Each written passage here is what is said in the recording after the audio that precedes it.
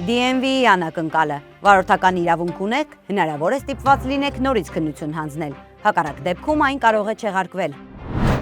Հանցավոր կայսրության փլուզումը, պատվերով սպանություններ, շորթումներ, թմրանյութեր և միջազգային հետախուզում, դաշնայինները մեկ հարվածով հասան մինչև հնդկական մաֆիա։ Կրակոց ձերբակալության պահին, այսի գործողությունը Հյուսթոնում ավարտվեց մահացու կրակոցով, բայց արդյոք պաշտոնական վարկածը կդիմանա քննությանը։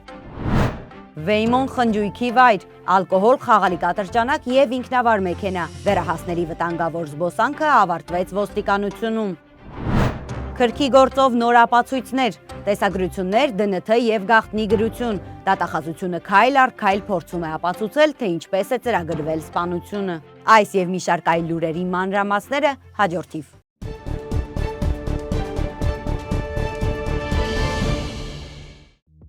Վիվալդի Քեթերինգ բազմազան փաթեթներից առաջատար ընտրությունը, փաթեթ ընտանեկան 5-ից 6 անձի համար, ընդամենը $150 plus tax, ընտանեկան և մեծ հավաքույթների համար հատուկ փաթեթ 10-ից 12 անձի համար, ընդամենը $300 plus tax, Վիվալդի լանչ փաթեթ 10-ից 12 անձի համար, ընդամենը $150 plus tax, ընտրեք ձեր ճաշակին համապատասխան քոմբոն, Վիվալդի Քեթերինգ, համի, որակի և առատության առաջատարը։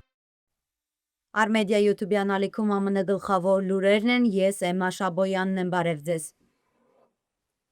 Կալիֆորնիայի ավտոտրանսպորտային միջոցների վարչությունը, նույն ինքը DMV-ին հազարավոր բնակիչների նամակներ է ուղարկել, տեղեկացնելով, որ իրենց վարորդական իրավունքի տեսական քննության արդյունքներում հայտնաբերվել են անոմալիաներ։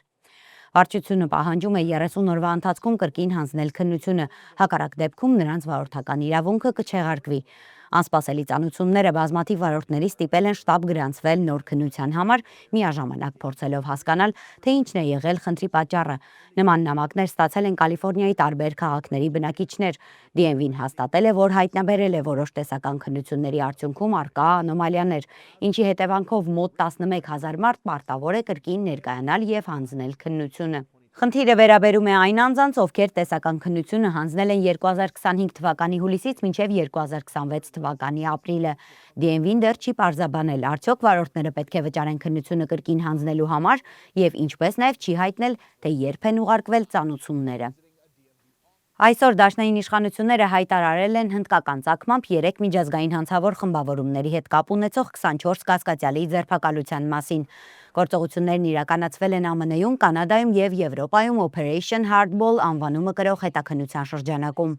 ԱՄՆ դատախազի առաջին տեղակալ Բիլ Էսայիլի խոսքով, այս հանցավոր ցանցերը ներգրաված են եղել պատվերով սպանությունների, շորթումների, առևանգումների, ինչպես նաև խոշորածավալ թմրանյութերի ապօրինի շրջանառության մեջ։ Նրա խոսքով խմբավորումները ԱՄՆ-ի տարբեր համայնքներ են ներմուծել մեծ քանակությամբ կոկային և մեթամֆետամին։ Ձերբակալվածներից 11-ը Կալիֆորնիայում են։ Դաշնային գործակալները խուզարկություններ են իրականացրել Լոս Անջելեսի և Սակրամենտոյի շրջաններում։ Դաշնային դատախազությունը հրապարակել է 3 մեղադրական եզրակացություն, որոնցում ընդհանուր առմամբ 37 անձի մեղադրանք է առաջադրվել կազմակերպված հանցավոր գործունեության, շորթման և թմրանյութերի ապօրինի շրջանառության համար։ Քննության տվյալներով այդ խմբավորումներից 2-ը ղեկավարել են Հնդկաստանի բանտերում գտնվող անձիկ։ Իրավապահների տեղեկություններով հանցավոր ցանցերը հիմնականում թիրախավորել են ԱՄՆ-ում և Կանադայում բնակվող հնդկական ծագմամբ անձանց, սպառնալով վնասել կամ սպանել նրանց հարազատներին Հնդկաստանում, այդ կերպ գումար շորթելով։ Իրավապահները դեռ որոնում են մի շարք փախուստի մեջ գտնվող կասկածյալների, այդ թվում 7-ին ԱՄՆ-ում, 2-ին Հնդկաստանում և 1-ին Եվրոպայում։ Գործողության ընթացքում առգրավվել է մոտ 1 տոննա կոկային, 1 կիլոգրամ հերոին, $40,000 կանխիկ գումար և շուրջ տասնյակ հրազեն։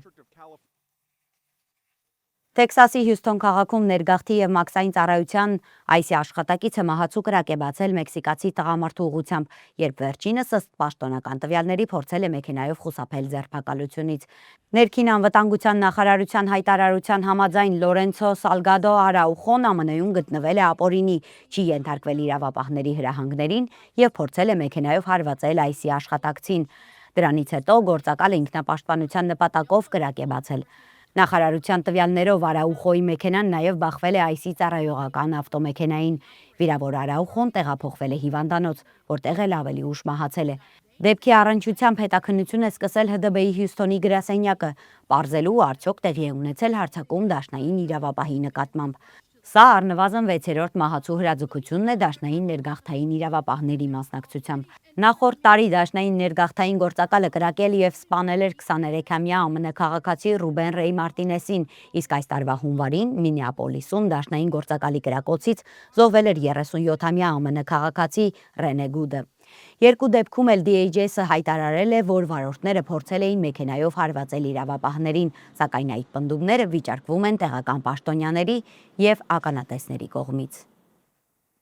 Ներքին անվտանգության նախարարությունը DHS-ը 1.5 միլիարդ դոլարով ձեռք է բերել Կալիֆոռնիայի երկու խոշոր ներգաղթային կալանավայրերը, դրանք գնելով մասնավոր բանտեր շահագործող CoreCivic ընկերությունից։ Գործարքի շրջանակում կառավարությունը գնել է Սան Դիեգոյի օդայի Մեսա կալանավայրը, որը նախատեսված է 1994 անձի համար, եւ Քերն շրջանում գտնվող Կալիֆոռնիա Սիթի կալանավայրը, որն ունի 2560 մահճակալ։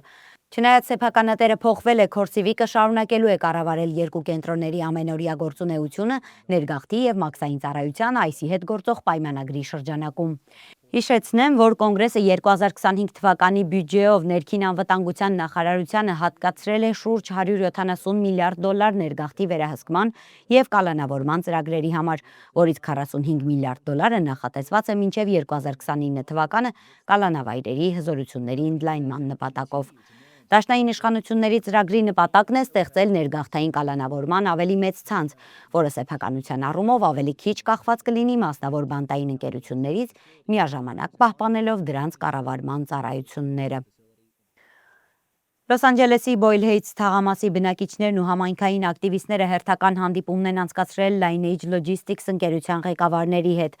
սակայն հայտարարել են, որ այդպես էլ հստակ պատասխաններ չեն ստացել այրված սառեցված մթերքների պահեստի հետևանքների վերացման ժամկետի վերաբերյալ։ Հանդիպման ընթացքում բնակիչները ներկայացրել են իրենց հիմնական պահանջները՝ ժամանակավոր բնակարանների տրամադրում, ծխի եւ աղտոտվածության հետևանքների վերացում, փոքր բիզնեսների ֆինանսական աջակցություն, առողջապահական ծառայությունների լրացուցիչ ֆինանսավորում եւ ամենակարևորը՝ հստակ ժամանակացույց, թե երբ կավարտվեն փլատակների եւ սննդի մաքրման աշխատանքները։ Լոս Անջելեսի քաղաքային խորհրդի անդամ Իզաբել Խուրադոն հայտարարել է, որ հանդիպումն ավարտվել է առանց կոնկրետ արդյունքի, ընդգծելով, որ համայնքը շարունակելու է պահանջել ընկերությունից ստանձնել իր պարտավորությունները։ Հիշեցնեմ, որ պահեստի հրդեհը բռնկվել է հունիսի 17-ին եւ շարունակվել 8 օր։ Դրա հետևանքով հալվել եւ փչացել է շուրջ 85 միլիոն ֆունտ սառեցված սննդամթերք, ինչի պատճառով ամբողջ թաղամասում տարածվել է ուժեղ գարշահոտություն։ Lineage Logistics-ը հայտարարել է, որ առայժմ առաջնահերթությունը պահեստի հնարավորինս արագ եւ անվտանգ ապամոնտաժումն ու մաքրման աշխատանքներն ավարտելն է, սակայն ապամոնտաժումը կարող է հետաձգվել։ Արևային վահանակների սեփականատեր Altus Power ընկերությունը պահանջել է ժամանակավորապես չքանդել շենքը, որպեսզի հնարավոր լինի պահպանել տանիքում գտնվող ապացույցները եւ շարունակել հրդեհի պատճառների հետաքննությունը։ Սան Մատեոյի ոստիկանությունը հայտնել է, որ 15-ամյա երկու դեռահաս է բերման ենթարկվել Waymo ինքնավար ավտոմեքենայում վտանգավոր վարքագիծ դրսևորելու համար։ Ընկերության տվյալներով դեռահասները մեքենայի ներսում ալկոհոլ են օգտագործել եւ պլաստմասե գնդիկներ արձակող խաղալի կատրճանակով կրակել։ Waymo-ն անմիջապես տեղեկացրել է ոստիկանությանը, որից հետո մեքենան կանգնեցվել է եւ դեռահասները բերման են ենթարկվել։ Ոստիկանությունը նշել է, որ թեև օգտագործվել է խաղալի կատրճանակ, այն արտաքինից կարող է շփոթեցվել իրական զենքի հետ, իսկ մեծ արագությամբ արձակվող գնդիկները կարող են վնասվածքներ պատճառել կամ խուճապ առաջացնել անցորդների շրջանում։ Անչափահասների կողմից ալկոհոլի օգտագործումը նույնպես օրենքի խախտում է։ Սա արդեն երկրորդ նմանատիպ դեպքն է վերջին շաբաթների ընթացքում։ Հունիսի վերջին Սանտա Մոնիկայում մի խումբ դեռահասներ Waymo-ի ընթացող մեքենայի բաց պատուհաններից դուրս էին կախվել, վտանգի ենթարկելով իրենց եւ մյուսների անվտանգությունը։ Waymo-ն ավելի ուշ հայտնել էր, որ այդ օգտատերերի հաշիվները կասեցվել են։ Յութայում շարունակվող նախնական դատական լսումների ընթացքում դատախազությունը ներկայացրել է նոր տեսագրություններ եւ ապացույցներ, որոնք ըստ քննության կապում են 23-ամյա Թայլեր Ռոբինսոնին պահպանողական ակտիվիստ Չարլի Քրքի սպանության հետ։ Յութայի նահանգային քննչական բյուրոյի գործակալ Դեյվիդ Հալի ցուցմունքի համաձայն Ռոբինսոնը դեպքի օրը համալսարան էր ժամանել սպանությունից մոտ 4 ժամ առաջ։ Նա սկզբում շրջել էր համալսարանի տարածքում, սնունդ գնել Չիք-ֆիլեից եւ նույնիսկ շփվել Քրքի թիմի անդամների հետ։ Ավելի ուշ նա փոխել էր հագուստը, բարձրացել հարակից շենքի տանիք եւ զբաղեցրել կրակային դիրք։ Դատարանում ցուցադրված տեսախցիկների կադրում ըստ քննիչների երևում է, թե ինչպես է Ռոբինսոնը անցնում տանիք, բարկում կրակելու դիրքում, իսկ կրակոցներից հետո փախչում դեպքի վայրից։ Իրավապահները հետագայում մոտակա անտառում հայտնաբերել են սպանության ենթադրյալ զենքը, մեկ կրակված փամփուշտով հրացանը, որը փաթաթված էր սրբիչի մեջ։ Որպես ապացույց առգրավել է նաև տանիքում հայտնաբերված պտուտակահան եւ այլ իրեր։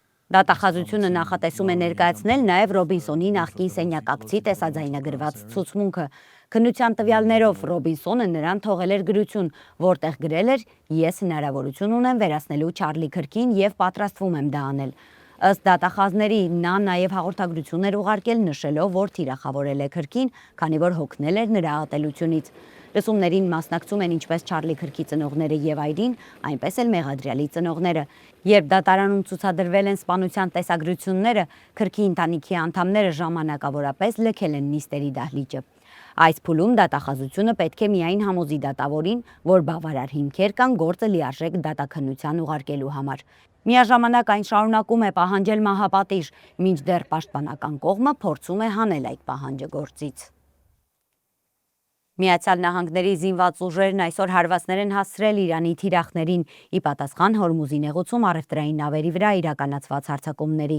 Այս մասին հայտնել է ԱՄՆ կենտրոնական հրամանատարությունը։ ԱՄՆ-ի տվյալներով վերջին 2 օրերի ընթացքում Իրանի Իսլամական հեղափոխության պահապանների կորպուսը հարձակվել է Հորմուզի նեղուցով անցնող 3 առևտրային նավի վրա։ Կենտրոնական հրամանատարությունը հայտարարել է, որ Իրանի գործողությունները եղել են անհիմն, վտանգավոր եւ խախտել են հրադադարի պայմանավորվածությունը։ Դեպքերից մեկի ժամանակ օգտագործվել է անօդաչու թռչող սարք, իսկ մյուս 2-ի դեպքում անհայտ տեսակի արկեր։ Նախնական տվյալներով զոհեր եւ վիրավորներ չկան։ Միաժամանակ ԱՄՆ-ն չեղարկել է Իրանի նավթի արտահանման համար գործող ընդհանուր արտոնագիրը։ Ամերիկացի պաշտոնյաների խոսքով Իրանը տնտեսական արտոնություններից կարող է օգտվել միայն այն դեպքում, եթե պահպանի ստանձնած պարտավորությունները եւ զերծ մնա սադրիչ գործողություններից։